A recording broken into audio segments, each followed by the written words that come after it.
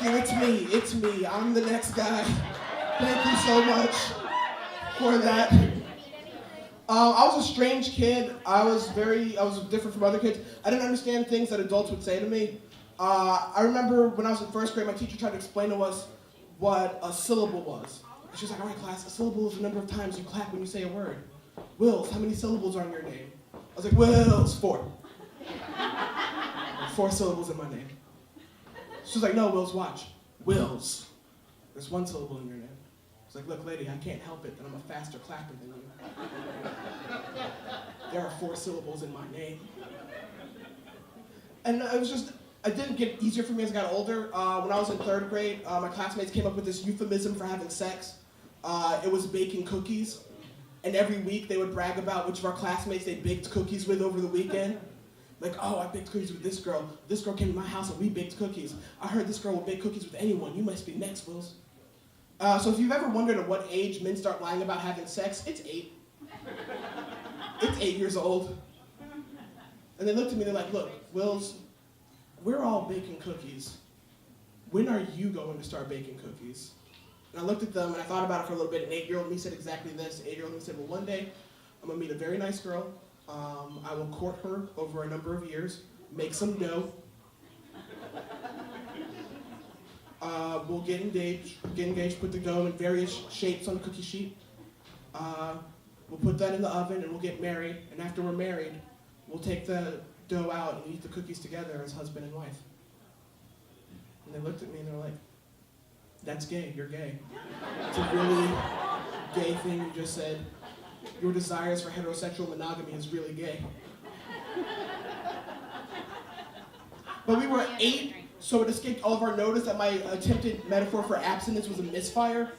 And what I had really just said was, well, one day I'm gonna meet a very nice girl, get her pregnant, we'll get married, and then we'll eat our baby. That's what I just said. That was actually what I just told them. What else set me apart from other kids when I was younger was that I didn't believe in like Santa Claus or the Tooth Fairy or any of the things that like little kids are supposed to believe in.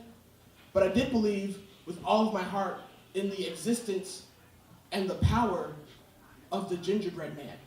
And that's because my preschool teacher decided to mess us up for life. We read the story of the gingerbread man. For those who don't remember, the gingerbread man is a story about a baker who's lonely. So he does what all lonely people in fairy tales do. He makes a person out of something. In this case, gingerbread.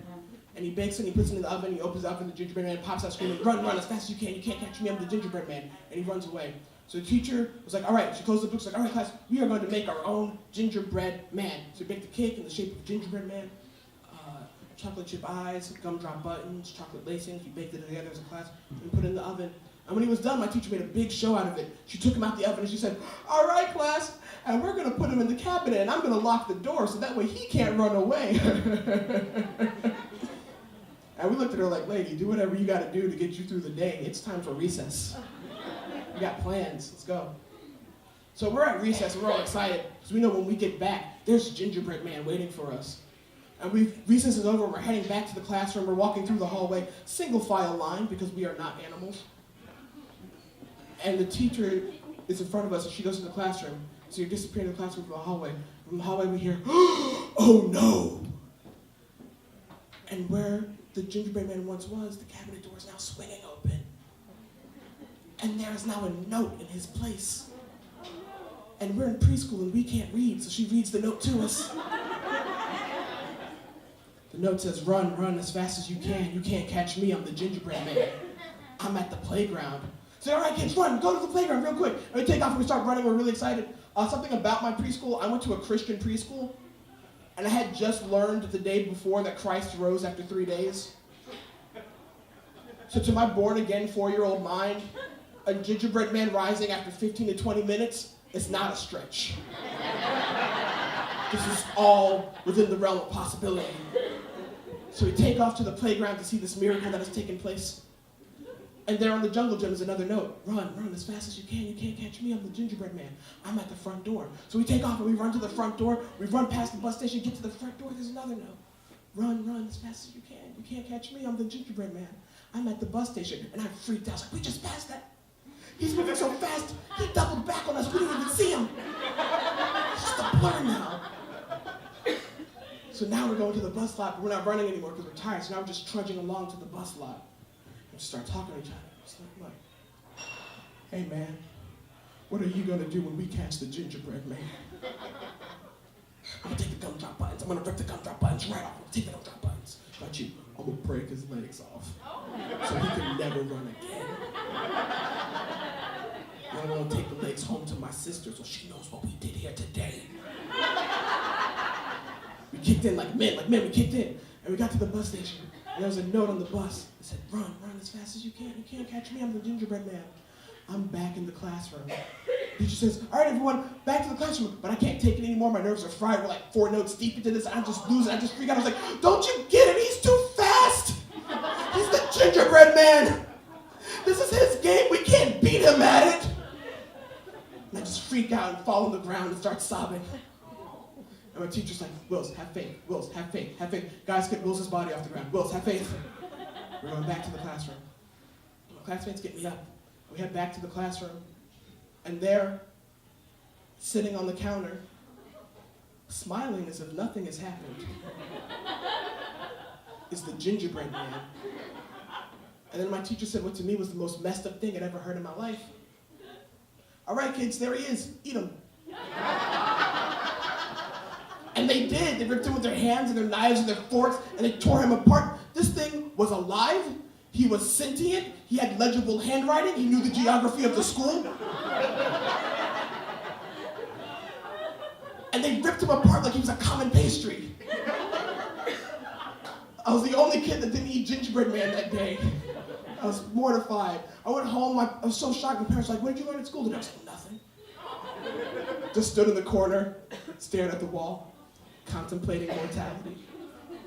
That messed me up so much that I blocked it from my memory. I blocked it from my memory to the point that it wasn't until like a few years ago I thought about it. I was like, man, remember that time the gingerbread man came to life? That's probably not what happened that day. It's probably not at all what was going on.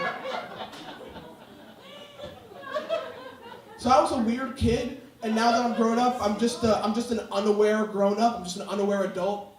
I was at the park walking my dog, and this kid ran up to me, 5-year-old kid ran up to me, and he's like, hey, can I pet your dog? And I was like, yeah, sure, you can pet my dog. And he stuck his hand out to touch my dog. Before he could touch it, his mom came rushing in, and she's like, nope! And she picked him up and swooped him up under her arm and took off with him and ran away.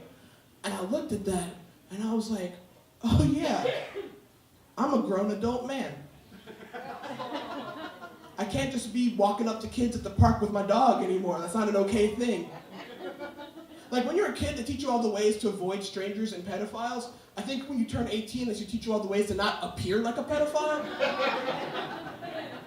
Like, hey, we get it, you have an excess amount of candy. Don't offer that to anybody. Yeah, I know it's raining, but that kid chose to walk to school. Don't offer him a ride. Especially since you drive a white panel van. In fact, don't own a white panel van. Lesson number 1, don't own a white panel van. Vans come in so many shapes and sizes, why would you get a white panel van? Why don't you get a nice, sensible Chevy Equinox? J.D. Power & Associates car of the year 3 years in a row, 4-star safety rating. It comes in all types of colors, onyx, chrome, silver. You can get it in anything. Why not get a nice, luxurious, fun for the whole family Chevy Equinox? Guys, I forgot to tell you this up top. I am sponsored by Chevy. Just trying to make that money any way I can. I wish I was. I'm kidding. I wish I was. Because I am flat broke. I only have $2. That's how much I own total is $2. That's what I'm worth. One is in checking, one is in savings. Because I'm savvy. One in savings, that's going to be something one day. That's compounded annually. I've been telling that joke every time I perform for a while, because, and this is true, I told that joke one night, and after the show, someone in the audience bought me dinner. So now that's just in the act. I'm just riding the sympathy train now. That's just the plan. So, who's taking care of me tonight? And, that sounded like a volunteer. I will see you after the show. I like Pepe's tacos. I'm kidding, of course. I'm not the type of person that tries to use sympathy to my advantage. However, that is something that I used to be really good at. I worked in a movie theater as an usher. You guys don't know, ushers were the people that we pick up trash while the credits are rolling. I didn't like doing that. I didn't like picking up people's trash. But there was one movie that came out that summer I never had to clean up after. That was the summer The Help came out. I never had to pick up after The Help. No, it was perfect. It was great because it was 2 hours of people watching maids and domestics being abused by their employers, and I'd be in the wings waiting. And then as soon as the credits would start rolling, I'd take a trash can and I'd push it out in front of the audience. Get between them and the screen. And then I'd just stare at them.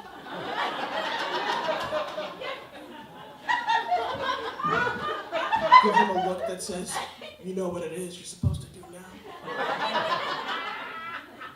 And it worked. It was the time of work, people would pick up their own trash and throw it away. I had one lady come up to me, she's like, the movie was wonderful today, thank you. She threw her trash away and walked off. It's like, you're welcome, lady. I didn't make it. And that worked like 95% of the time they throw their own trash away. If that didn't work, I'd have to go to extreme measures. I'm not telling you guys this because I'm proud, I'm telling you guys this because it's what I did. The end credits for The Help, the end credits song is a Mavis Staples song. It's a gospel song, and I know all the words to it. You know, not just walk on in the door to heaven stand. There's love and joy for you to share the whole day through. And if people didn't pick up their trash, I would pick up their trash while singing that song. But I wouldn't sing it the way I sang it for you just now. I'd take on like a deep, mournful, I've been working in the fields all day tone. Like, you know, not just walk on in the door to heaven stand. There's love and joy for you. And eventually I'd just be having fun. They'd start picking up their trash, but I'd just mess with them. They'd bend over to pick up their trash, like, no. You've already enjoyed your movie, you just go on and this is my burden to bear. To share the whole day through. Just mess with them.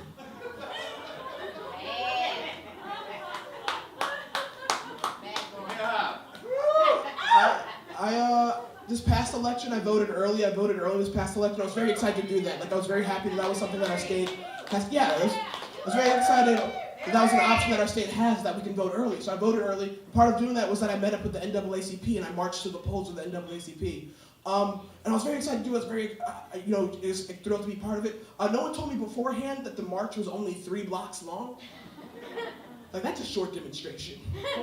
3 blocks. For context, Bruce Willis had to keep Mos Def alive for 16 blocks. We did 13 blocks less than that for early voting. So we meet up at the church and we're about to go march, and we're stoked about this. We pass out signs, and we get in 2 lines, and we're about to step off to go march. And as we step off the curb, the guy in the front shouts, "This is our Selma!" To which I immediately thought, better not be. It better not be. Y'all told me this was cool. I saw that movie. It looked like things got pretty rough.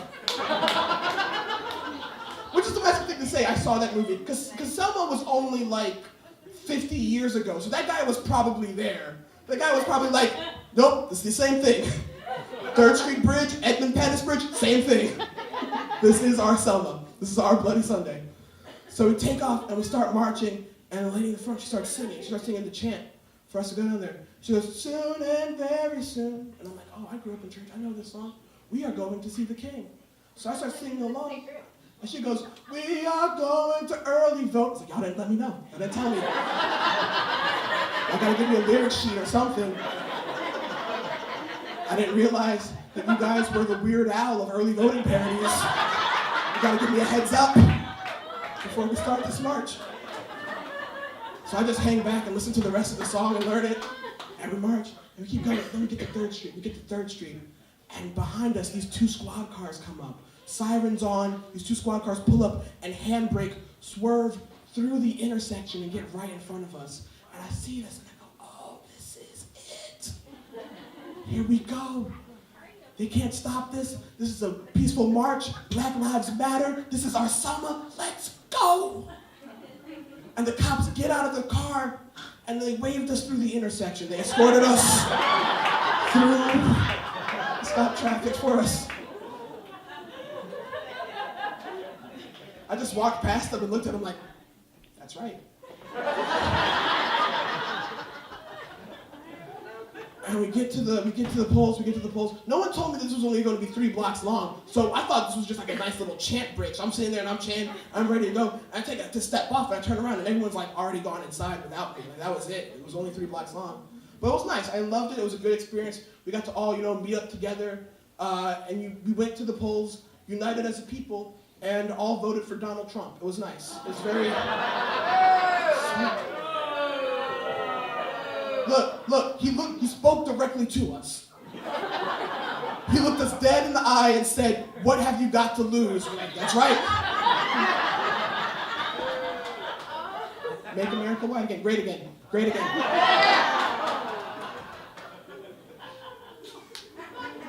Like I told you guys earlier, I have a pet dog, and I like having a dog, like living with a dog in the house, because it makes me feel like I'm a really excellent chef. Because dogs just revere anything you make. I start making anything, and my dog is amazed by it. I get in the kitchen, my dog comes in, she sits down, she stares at me. I'll get the bread out, she's like, "Oh, what's he gonna do that? What's he gonna do that? What's he gonna do? What's he gonna do that?" "Oh, he's putting on a plate. Okay, he's got plans." I would have just eaten it. I get the cheese, my dog's like, "Oh, what's he gonna do that? What's he gonna do that? What's he gonna do with that?" "Oh, he's putting the cheese between the bread. Brilliant." I would have just eaten it. I get the mayonnaise, and I'm like, "Oh, what's he gonna do that? What's he gonna do that? What's he gonna do that?" "Oh, he's taking the mayonnaise out of the jar. He must have gone to school. I would have just knocked the jar around the floor some. Maybe get my nose stuck in it, look like a motivational poster, like, "Oh, Mondays." And then I would have eaten it. I got my sandwich, and I was like, "Oh, what's he gonna do that? What's he gonna do that? What's he gonna do with that? I hope he gives it me, I hope he gives it me, I hope he gives it me." "Oh, he's just gonna eat it." Well, that's what I would have done. Respect. Have a wise master. Maybe if I'm good, he'll take me for a ride in the Chevy Equinox later. Leather seats feel so nice against my fur. Power window so you can lower it down and I can feel the wind in my face just a little bit. Tinted window so when he has it rolled up I can have my Guys, if you go to the Chevy lot and say my name, I get $20. Chevy. Does it concern anyone that in that joke all I'm eating is a cheese and mayonnaise sandwich? Because I told you guys earlier, $2, checkings, savings. All right, I'm Maxwell. Thank you guys very much.